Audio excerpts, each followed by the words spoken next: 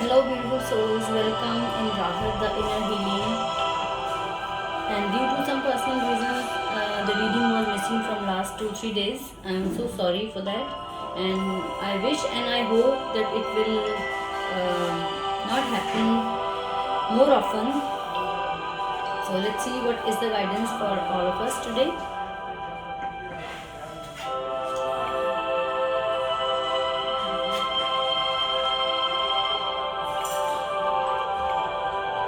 Yes, so the cards are really beautiful and the cards are giving you the message.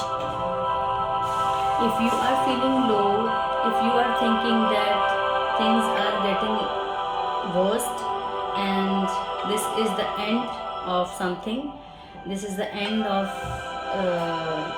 कई बार लगता है कि बस सब कुछ खत्म ही हो रहा है, nothing is working according to us, nothing is working as per our wish.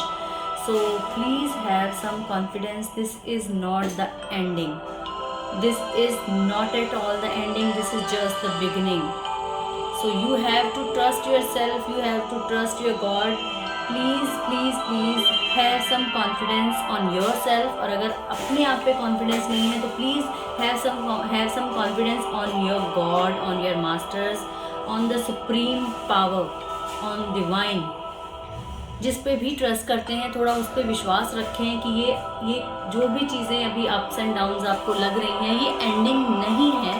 This is just the beginning.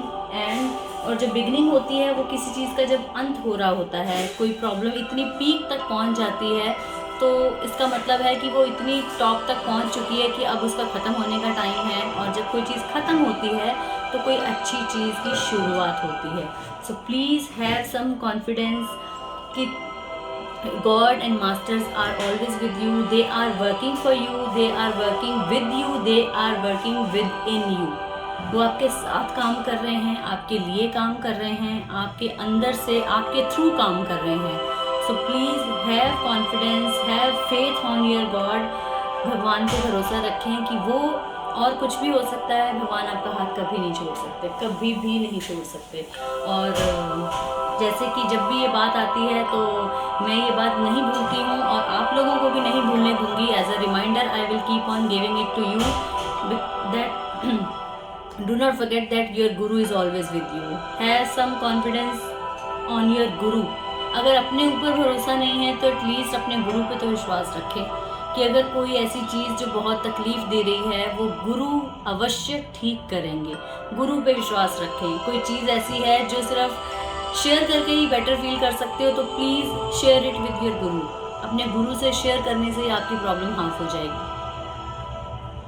Weather they are with you right now और they are not any more, but you can share with your guru, with your master, with your God. जिस पे भी trust है, जिस पे भी विश्वास है, जिससे बात करके आपको लग सकता है कि you can feel better and lighter, please do discuss your problems, your issues.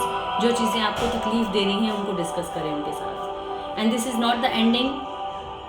This and please know the divine purpose of your life. आप इस दुनिया में, आप इस जगह पर, जिस भी जगह पर इस टाइम हैं, आप क्यों हैं, उसका कोई रीज़न है. So please try to find out the reason. अगर कुछ अच्छा हो रहा है उसके पीछे भी एक रीज़न है. अगर कुछ गलत चल रहा है डेफिनेटली उसके पीछे भी एक सॉलिड रीज़न है.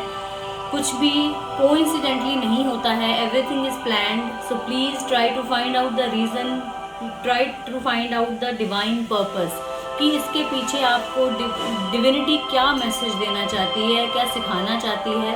There is definitely a reason behind this and please you need to know the reason. आप इस दुनिया में आए हैं, कुछ तो भगवान ने सोचकर आपको जन्म दिया है, तो उस चीज़ को व्यर्थ ना जाने दें, उस जन्म को व्यर्थ ना जाने दें.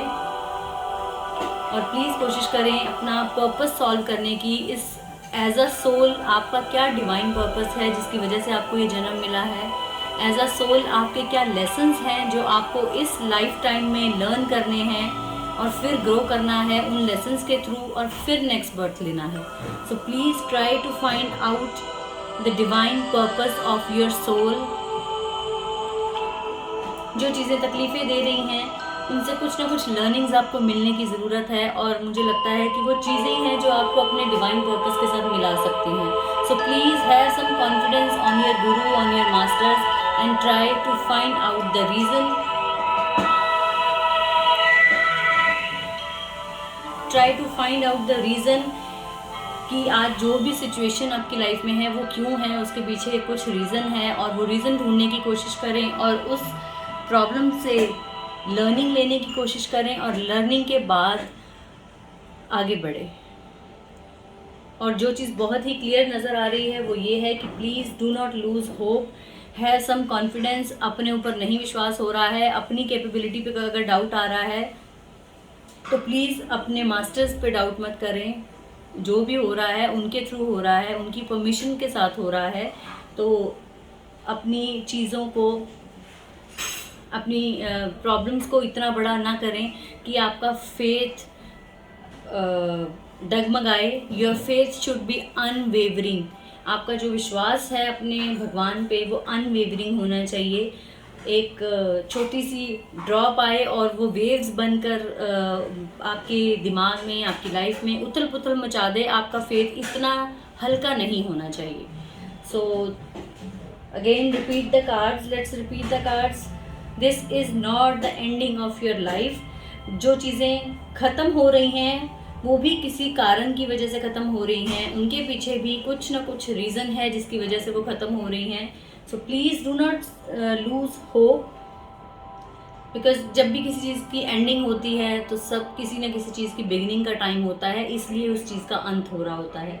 सो have some confidence on your self, first of all on your self. और अगर अपने ऊपर इतना विश्वास नहीं हो रहा है, आपकी कंडीशनिंग ऐसी हुई है जिसकी वजह से आप इतनी इजीली अपने ऊपर फेथ नहीं कर पाते हैं, इतना कॉन्फिडेंस आपके अंदर इनबिल्ट नहीं होता है, तो please have some confidence on your guru, on your masters, on your God, कि अगर वो जो भी कुछ हो रहा है, अगर अपने गुरु पे विश्वास रखेंगे, उन पे चीज़ें छोड़ देंगे, चीज़ें बेटर ज़रूर होंगी, लेकिन विश्वास को कम ना होने दें। और इस चीज़ से जो भी आप लर्न कर रहे हैं उसके पीछे जो आपका डिवाइन पर्पस है, आपकी सोल का जो डिवाइन पर्पस है, उसे जांचने की कोशिश करें, उसे ढूंढने की कोशिश करें कि what is the divine purpose of this divine soul of your self. I mean कि आपकी सोल का कुछ डिवाइन पर्पस होगा, कुछ चीज़ें जो बहुत उथल पुथल मचा रही हैं लाइफ में, उससे आपको कौन सी ऐसी लर्निंग लेने की ज़रूरत है जिसकी वजह से ये सब हो रहा है।